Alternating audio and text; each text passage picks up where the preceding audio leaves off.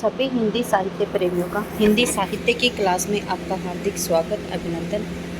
हम पढ़ रहे हैं आचार्य रामचंद्र शुक्ल जी का हिंदी साहित्य का इतिहास। हिंदी साहित्य के इतिहास के अंतर्गत हम आधुनिक काल के अंतर्गत पढ़ रहे हैं। आधुनिक काल के अंतर्गत हम प्रकरण 4 के अंदर आ गए हैं। प्रकरण 4 गद्य साहित्य का प्रसार किस प्रकार से हुआ और प्रकरण 4 को द्वितीय उत्थान के नाम से जाना जाता है। ठीक है, द्वितीय उत्थान का काल है संवत 1950 से 1975। सामान्य परिचय इसका हम पढ़ चुके हैं। सामान्य परिचय के बाद में हमने पढ़ा था कि जो द्वितीय उत्थान है उसको रामचंद्र शुक्ल जी ने 4 भागों में बांटकर हमें पढ़ाया है। किस प्रकार से बताया है कि नाटक हैं, उपन्यास और कहानियाँ हैं, निबंध है और समालोचना। क्या बताया यहाँ पे कि जिस सुविधे के लिए हम इन्हें 4 विभागों में बांटकर पढ़ेंगे। किसको? द्वितीय उत्थान को। तो नाटक और उपन्यास कहानियाँ हम पढ़ चुके हैं। देखिए, नाटक हम पढ़ चुके हैं, उपन्यास भी पढ़ चुके हैं और अब हम पढ़ रहे थे कहानियाँ। ठीक है,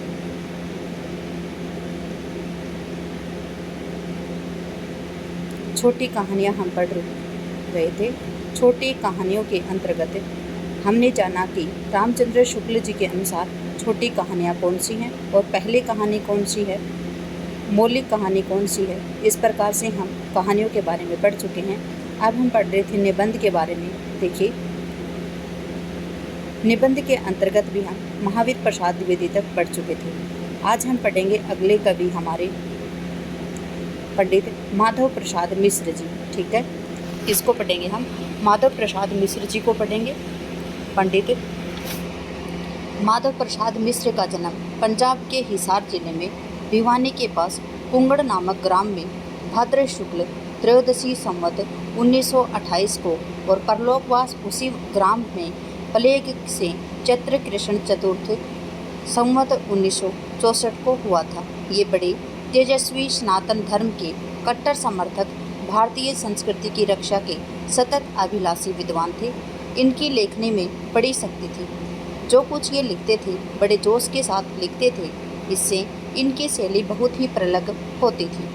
गौड़ होने के कारण मारवाड़ियों से इनका विशेष लगाव था और उनके समाज का सुधार ये हृदय से करना चाहते थे। इसी से वैश्योपकारक पत्र का संपादन भार कुछ दिन इन्होंने अपने ऊपर ले लिया था। किस पत्र का संपादन कर रहे थे? ये वैश्योपकारक पत्र का संपादन कर रहे थे। एक आवाज़ आ रही है, इसको मैं बंद कर देती हूँ एक मिनट।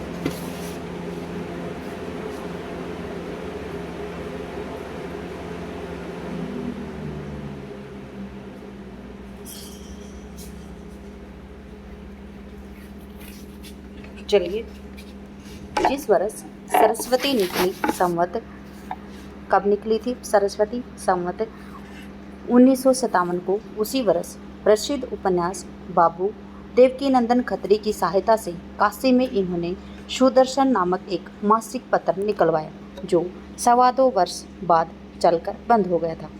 देखिए, सुदर्शन पत्र निकालने वाले नामक जो मासिक पत्र था, कैसा पत्र था? मासिक पत्र था। कब निकाला था इन्होंने? जिस वर्ष सरस्वती पत्रिका निकली थी, कब? संवत 1957 को। इन्होंने प्रसिद्ध उपन्यासकार हैं जो देवकीनंदन खत्री हैं, उनकी सहायता से काशी में इन्होंने सुदर्शन नामक एक मासिक पत्र निकलवाया था, जो 2.25 वर्ष चला और उसके बाद में बंद हो गया।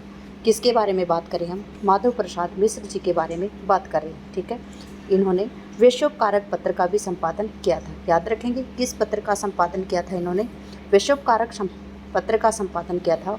उसके बाद में सुदर्शन नामक एक मासिक पत्र भी निकलवाया। किसकी सहायता से? देवकीनंदन खत्री की सहायता से। देवकीनंदन खत्री कौन थे? तो उपन्यासकार थे प्रसिद्ध। जिस वर्ष सरस्वती निकली थी, संवत 1957 को, उसी वर्ष इन्होंने सुदर्शन नामक एक मासिक पत्र भी निकाला था। ठीक है, इसके संपादन काल में इन्होंने साहित्य संबंधी बहुत से लेख, समीक्षाएं और निबंध भी लिखे। जोश में आने पर ये बड़े शक्तिशाली लेख लिखा करते थे। क्या बोल रहे हैं? जो जोश में आ जाते थे तब ये तो बड़े ही शक्तिशाली लेख लिखते थे। समालोचक संपादक पंडित चंद्रधर शर्मा गुलेरी जी ने इसी से एक बार लिखा था। क्या लिखा था? मिश्र जी बिना किसी अभिनिवेश के लिख नहीं सकते। यदि हमें उनसे लेख पाने हैं तो सदा एक न एक टंटा उनसे छेड़ कर रखा करे। देखिए, चंद्रधर शर्मा गुलेरी वही हैं जिन्होंने बुद्धू का काटा, सुखमय जीवन और एक इनकी बहुत ही प्रसिद्ध कहानी थी, उसने कहा था, क्या कहा था? उसने कहा था 1915 की कहानी है, वो बहुत ही प्रसिद्ध है, चंद्रधर शर्मा गुलेरी जी की कहानी। इन्होंने क्या कहा है इनके बारे में कि अगर मिश्र जी से हमें किसी प्रकार के लेख लिखवाने हैं तो इनके लिए इनका एक ना एक टंटा इनके लिए छेड़ करके हमें रखना होगा। अगर हम इनको छेड़ कर रखेंगे तो ये बहुत ही प्रतिभाशाली और अभिनिवेशशाली क्या लिख सकते हैं, लेख लिख सकते हैं। किसके बारे में पढ़ रहे हैं हम? माधव प्रसाद मिश्र जी के बारे में पढ़ रहे हैं। आगे देखते हैं। इसमें संदेह नहीं कि जहाँ किसी ने कहीं कोई ऐसी बात लिखी जो इन्हें सनातन धर्म के संस्कारों के विरुद्ध अथवा प्राचीन ग्रंथकारों और कवियों के गौरव को कम करने वाली लगी कि अपनी लेखनी चल पड़ती थी, इनकी लेखनी चल पड़ती थी। कहाँ पे लेखनी चल पड़ती थी? देखिए, माधव प्रसाद मिश्र जी के बारे में कह रहे हैं रामचंद्र शुक्ल जी कि जहाँ कहीं भी पर भी कहीं मतलब कोई सनातन धर्म के या संस्कारों के विरुद्ध कोई बातें चल रही हों या फिर प्राचीन कोई ग्रंथकार हैं या कवि हैं, उनके गौरव को कम करने के लिए जो लेख कोई लिखता था तो उसके विपरीत में इनकी लेखनी चल पड़ती थी। पाश्चात्य संस्कृत अभ्यासी विद्वान जो कुछ कच्चा पक्का मत यहाँ के वेद, पुराण साहित्य आदि के संबंध में प्रकट किया करते थे, इन्हें खल जाते थे और विरोध में डटकर करते थे।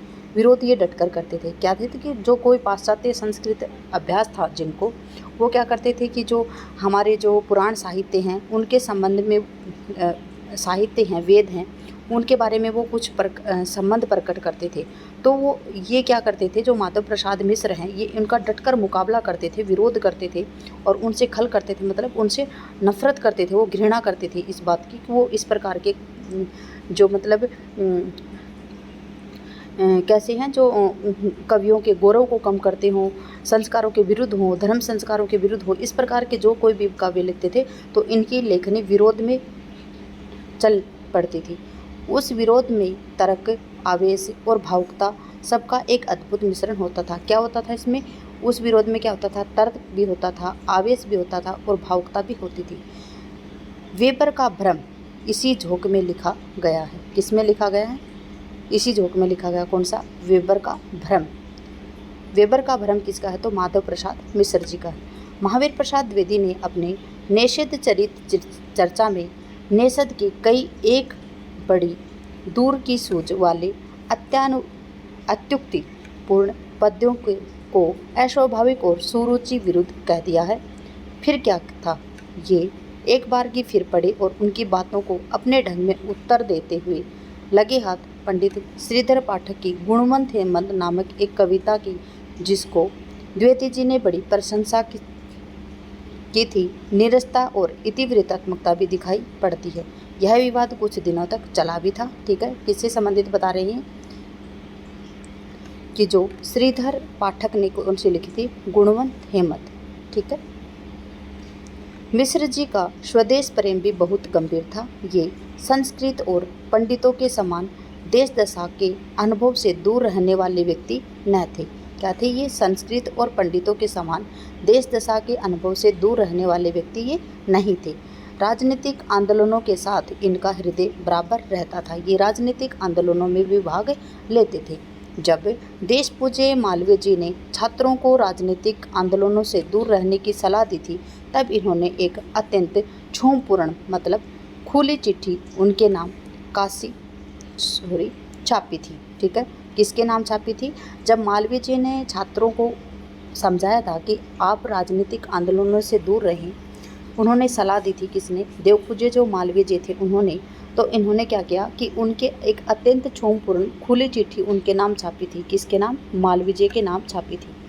देश दशा की इस तीव्र अनुभूति के कारण इन्हें श्रीधर पाठक की कविताओं में एक बात बहुत खटकी। श्रीधर पाठक की बात खटकी इनको। श्रीधर पाठक की जो कविताओं में कुछ बात कही होगी वो खटकी उनको। किससे संबंधित थी वो बातें? कि देश दशा की एक तीव्र अनुभूति के कारण जो श्रीधर पाठक की कविताओं में एक बात थी वो इनको बहुत खटकी। पाठक जी ने जहाँ ऋतु शोभा और देश छटा का वर्णन किया, वहाँ केवल सुख आनंद और प्रफुल्लता के पक्ष पर ही उनकी दृष्टि पड़ी। देश की असंख्य दीन दुखियों के पेट की ज्वाला और कंकालवत शरीर पर नहीं।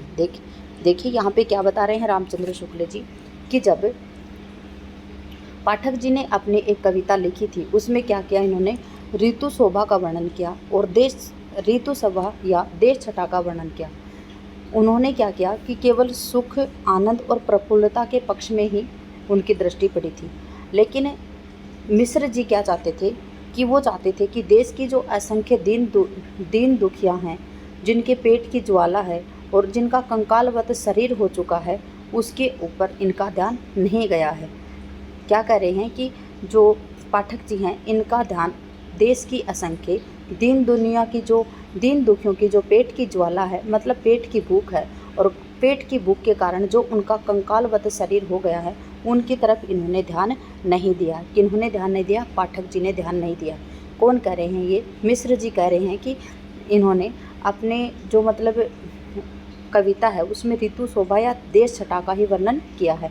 किसका? जिसमें सुख हो, आनंद हो, प्रफुल्लता हो, उसी पक्ष की ओर वो दृष्टि डालते हैं। कौन? पाठक जी।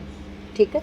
मिश्र जी ने स्वामी विशुद्धानंद जी के बड़े जीवन चरित्र के अतिरिक्त और भी 20 व्यक्तियों के छोटे छोटे जीवन चरित्र लिखे हैं। देखिए, मिश्र जी ने जो विशुद्धानंद हैं, स्वामी विशुद्धानंद जी, इनके बड़े मतलब जीवन चरित्र इन्होंने लिखा है। इसके अतिरिक्त 20 व्यक्तियों का भी इन्होंने छोटे छोटे जीवन चरित्र लिखे हैं। किसने? माधव प्रसाद मिश्र जी ने, जिसमें कुछ संस्कृत के पुराने ढांचे के विद्वान तथा सनातन धर्म के साहिक सेठ साहूकार आदि हुआ करते थे। इन्होंने किसके बारे जीवन चरित्र के बारे में लिखा है? जो संस्कृत के पुराने ढांचे के विद्वान हैं और जो सनातन धर्म के जो सेठ साहूकार हैं, उनके जीवन चरित्र के बारे में इन्होंने लिखा है।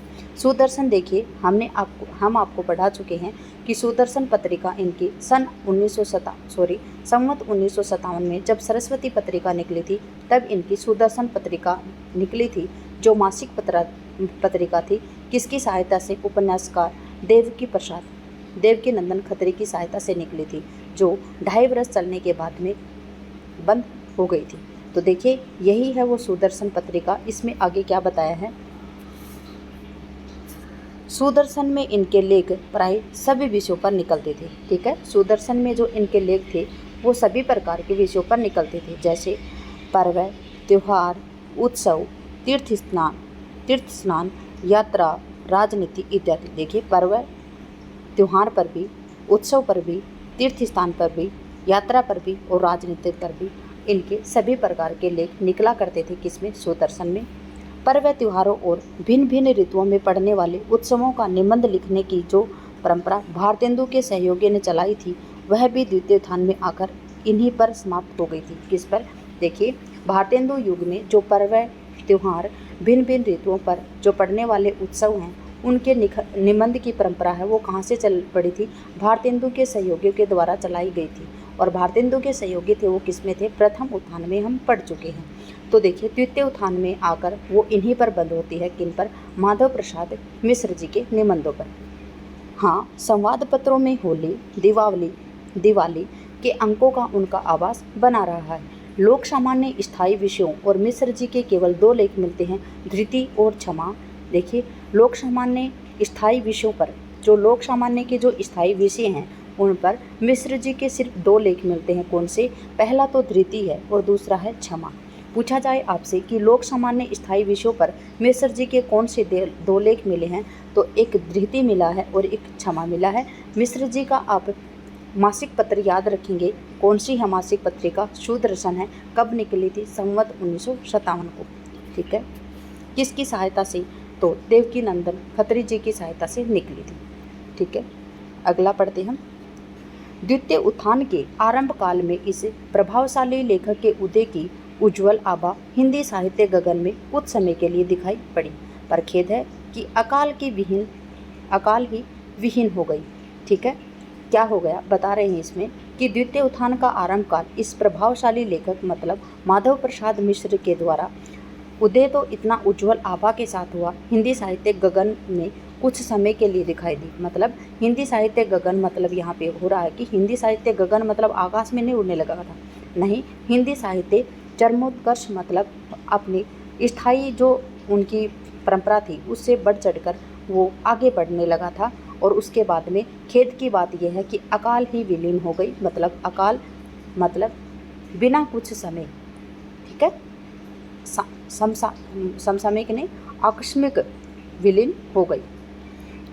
पंडित माधव प्रसाद मिश्र के मार्मिक और ओजस्वी लेखों को जिन्होंने पढ़ा होगा उनके हृदय में उनकी मधुर स्मृति अवश्य बनी होगी, ठीक है। पंडित माधव प्रसाद मिश्र जी हैं, उनके मार्मिक और जो ओजस्वी लेख हैं जिन्होंने भी पढ़े होंगे उनके हृदय में उनकी जो मधुर स्मृति है, जो प्यारी सी याद है, वो अवश्य ही बनी होगी।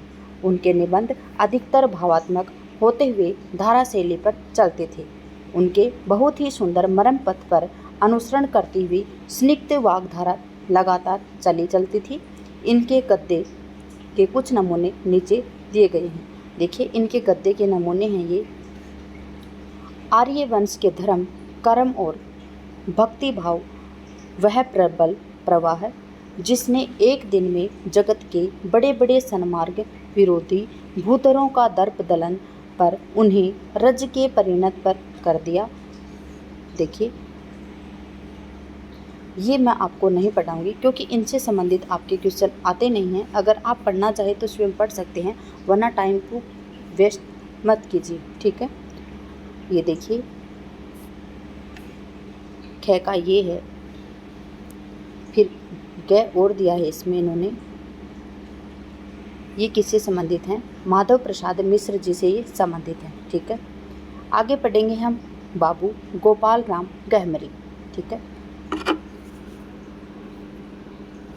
बाबू गोपाल राम गहमरी उपन्यासों से कुछ छुट्टी पाकर बाबू गोपाल राम गहमर निवासी होने के कारण इन्हें गहमरी कहा जाता था। उपन्यासों से छुट्टी पाकर बाबू गोपाल राम पत्र पत्रिकाओं में कभी कभी लेख और निबंध भी दिया करते थे, ठीक है। उपन्यासों से इन्होंने छुट्टी पाई, मतलब उपन्यासों को छोड़कर इन्होंने कभी कभी ये लेख और निबंध भी अपने पत्र पत्रिकाओं में दे दिया करते थे। उनके लेखों और निबंधों की भाषा बड़ी चंचल, चटपटी, प्रगल्भ और मनोरंजक होती थी। विलक्षण भाग खड़ा करना उनके निबंधों की विशेषता थी। कौन सा भाग? विलक्षण रूप खड़ा करना इनके निबंधों की विशेषता थी। किसी अनबत बात पर चरम दृश्य दिखाने वाले ऐसे विलक्षण और कुतूहलजनक चित्रों के बीच से वे पाठक को ले चलते थे और उसे एक तमाशा देखने का सा आनंद आता था। उनके रिद्धि और सीधी नामक निबंध का थोड़ा सा अंश उद्धृत है। देखिए, ये हैं इनके, ये आप ये याद रखेंगे सिर्फ कि इनके निबंध का नाम क्या था, रिद्धि और सिद्धि। किसके? गोपाल राम गहमरी के, ठीक है। अगर आप इसे पढ़ना चाहें तो पढ़ सकते हैं। देखिए, ये एक पैराग्राफ है, यहाँ पे एक गद्य ये है, फिर उसके बाद में मैं दोबारा ये गद्य छोड़ देती हूँ आपके लिए, दोबारा दूसरा ये गद्य है, ठीक है। किससे संबंधित है? ये रिद्धि और सिद्धि से संबंधित है। याद रखेंगे, रिद्धि और सिद्धि निबंध किसका है? तो गोपाल राम गहमरी का है, ठीक है। कहने की आवश्यकता नहीं कि उद्धृत अंश में बंग भाषा के प्रसिद्ध ग्रंथकार बंकिम चंद्र चटर्जी की शैली का पूरा आभास है। अगर आपसे ये पूछा जाए कि जो गोपाल राम गहमरी का जो रिद्धि और सिद्धि निबंध है उसके ऊपर किसका प्रभाव है, तो बंग भाषा के प्रसिद्ध ग्रंथकार जो बंकिम चंद्र चटर्जी हैं उनकी शैली का पूरा आभास है, पूरा प्रभाव है, ठीक है। अगले पढ़ते हम बाबू बाल मुकुंद गुप्त जी। बाबू बाल मुकुंद गुप्त का जन्म पंजाब के रोहतक जिले के गुरियाने गांव में संवत 1922 और मृत्यु 1964 को हुई थी। ये अपने समय के सबसे अनुभवी और कुशल संपादक थे। क्या थे ये? सबसे अनुभवी और कुशल संपादक थे। पहले उन्होंने 2 उर्दू पत्रों का संपादन किया था, पर शीघ्र ही कलकत्ते के प्रसिद्ध संवाद पत्र बंगवासी के संपादक हो गए थे। याद रखेंगे, इन्होंने 2 उर्दू पत्रों का संपादन किया था, लेकिन बाद में ये जल्दी ही प्रसिद्ध जो संवाद पत्र था बंगवासी, उसके संपादक ही हो गए थे। बंगवासी को छोड़ते ही भारत मित्र के प्रधान संपादक हो गए थे। बंगवासी को जैसे ही इन्होंने छोड़ा, किसने? बाल मुकुंद गुप्त जी ने, तो ये भारत मित्र के प्रधान संपादक बनाए गए थे।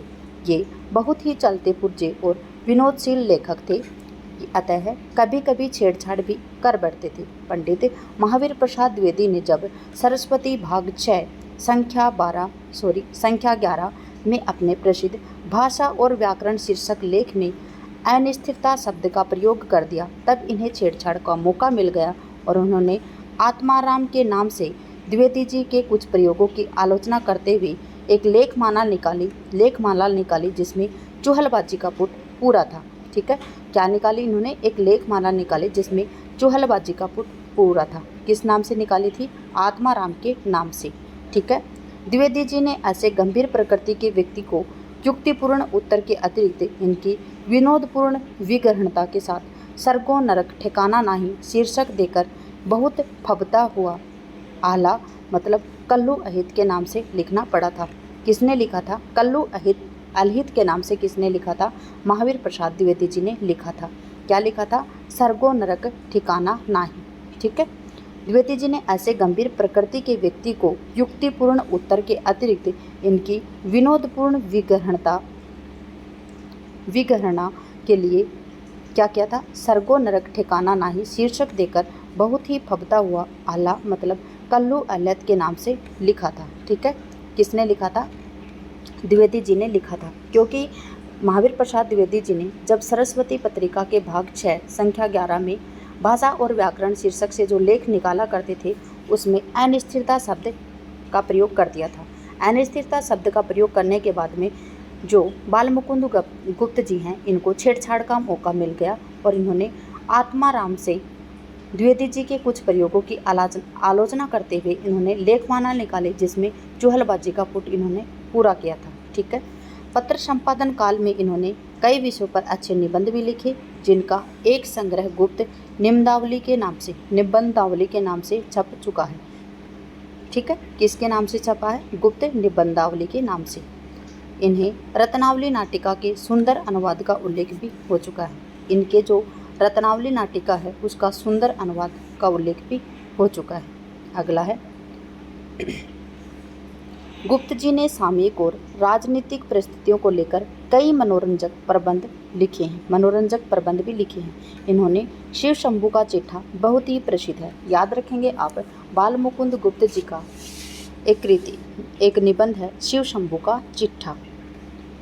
गुप्त जी की भाषा बहुत चलती, सजीव और विनोदपूर्ण है। देखिए, ये शिव शंभू के चिट्ठे हैं, ये आपके यूजीसी नेट के सिलेबस में लगे हुए हैं, बहुत ही महत्वपूर्ण है। आप याद रखेंगे इनकी कृति कि शिव शंभू का चिट्ठा निबंध किसका है? तो बालमुकुंद गुप्त जी का है। ठीक है, किसी प्रकार का विषय हो गुप्त जी की लेखनी उस पर विनोद का रंग चढ़ा देती थी। किसी भी प्रकार का विषय हो लेकिन गुप्त जी की लेखनी उस पर क्या चढ़ा देती थी?